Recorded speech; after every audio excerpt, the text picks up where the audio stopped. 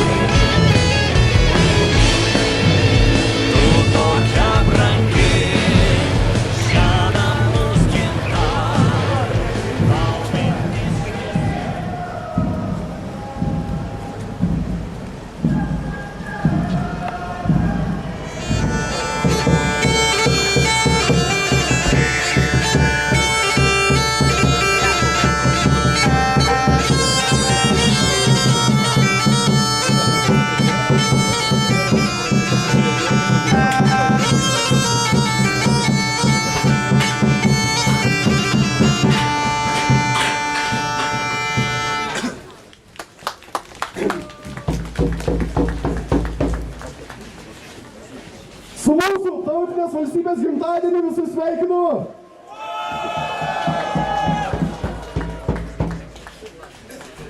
Taigi, šiandien švenčiame vasario 16-ąją. Kas tai yra?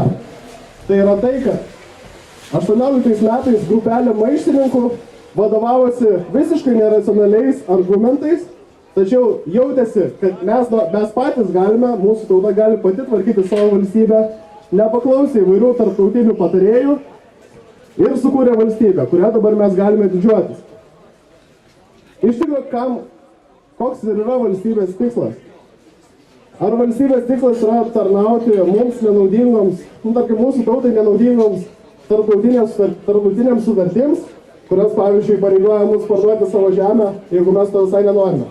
O galbūt valstybės tikslas yra visų pirma užtikrinti tai, kad pamatiniai tautai, lietuvių tautai, tai būtų geriausi namai ir kad nereikėtų niekur išvažiuoti iš čia. Galbūt vis dėlto toks yra pagrindinis valstybės tikslas. Ir ką mes turime dabar ir kodėl čia šiais metais yra turbūt 3 kartus daugiau žmonių negu pernai.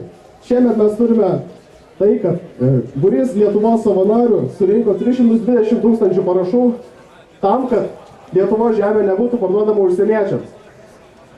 Deja, kaip ir senais laikais yra, kas savo, kad vasario 16 galbūt buvo nereikalingas projektas, tautinė valstybė galbūt yra pasenusi, taip pat ir dabar yra tam tikrų nepriklausomybės priešų, kurie savo, kad mes patys negalime apsispręsti, ko mes norime ir mes turime klausyti tėčių iš kitur. Tai ar mes galime spręsti už save ar negalim?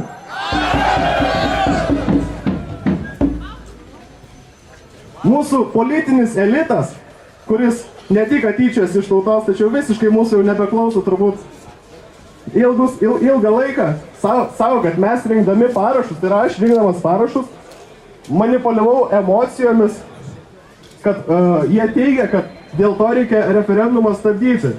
Tai ar jie per savo rinkiminės kompanijas kartais nemanipuliuoja emocijomis? Ar jie tikrai nemeluoja jums? 1509 algos, aha.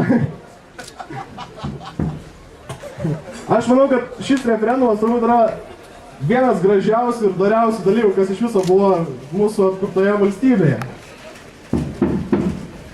Štai paskutiniu metu taip atrodo, kad viskas darosi labai simboliška. Mes renkamės Ramybės parke, kur 1956-1958 metais lietuviai susirinko ir pareiškė solidarumą su Vengrija, kuri tuo metu nepaklausė vienos sąjungos ir mąstė savo galvą. Prieš 2 metus mes vėl rengėme tenai rinkdamiesi demonstraciją solidarumui su Vengrija, kuri nepaklausė kitos sąjungos ir patys nusprendė, kad taip, mes norim, kad mūsų valstybė būtų tautiška, kad mūsų žemė nebūtų pardavinėjama. Šiemet mes vėl ten pat renkamės, vėl dėl to paties, kad mes paragintume mūsų politikus, kad jie įgautų šiek tiek drąsos, kad stotų į nepriklausomybės pusę. Mes patys galime, mes esame solidi tauta, mes nesame rumkeliai, kaip jūs mus vadinate. Ir mes galime nuspręsti savo likimą. Ir tokia yra demokratijos kaina, kad mes nusprendžiam, ką tas ir turi būti teisinga. Joks konstitucinis teismas, jokie politikai, kurio nepasitikės didžioji visuomenės dalis, neturi teisės to riboti. Man iš tikrųjų viskas darosi panašu į tokios grupės Katedros dainą, kuri buvo dainuojama prieš 20 metų. Tai aš kelias eilutės pacituosiu. Konservatyvūs kvailiai apraizgė mus vielomis, tačiau niekas mums nesutrukdys, kai mes eisim išvien, mes visi. Kas ne kartu, tas prieš mus ir mes nušluosim visus, kas prieš. Niekas mums nebesutrukdys, kai mes eisim išvien, mes visi. Sveikinu mūsų tautinį pakilimą. Visų pirma, norėčiau padėkoti už tai, kad čia susirinkote. Noriu padėkoti tiems žmonėms, patriotiškiams žmonėms ir patriotiškų paskatų vedamoms organizacijoms, kurios mūsų šventę kasdieną vis padaro, tiksliau, kas metus padaro vis spalvingesnę. Gerąja prasme.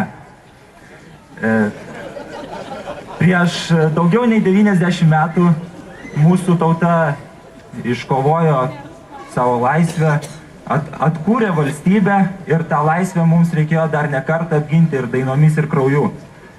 Ir dabar mes negalime užmigti ant laurų, o tiesą sakant, mums neleidžia užmigti ant laurų valdžioje sėdintys politikai, kurie ne tik, kad liberalėja, nebeatstovauja jau savo deklaruojamų vertybių, bet ir drįsta, kaip jau mano kolega Tomas minėjo, spjauti į 300 000 piliečių valią.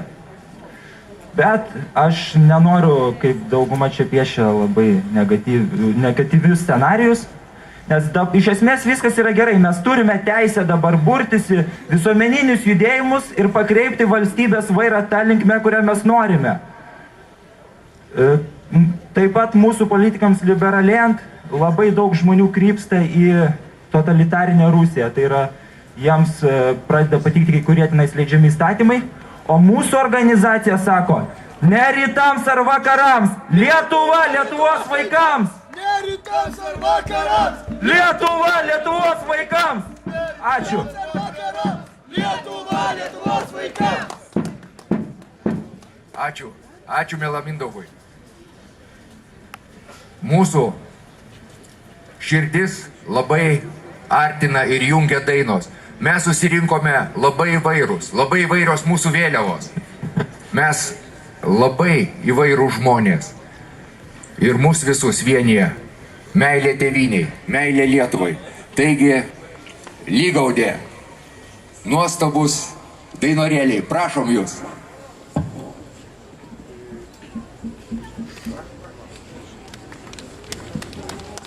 Ir visi kartu dainuojam. Visi.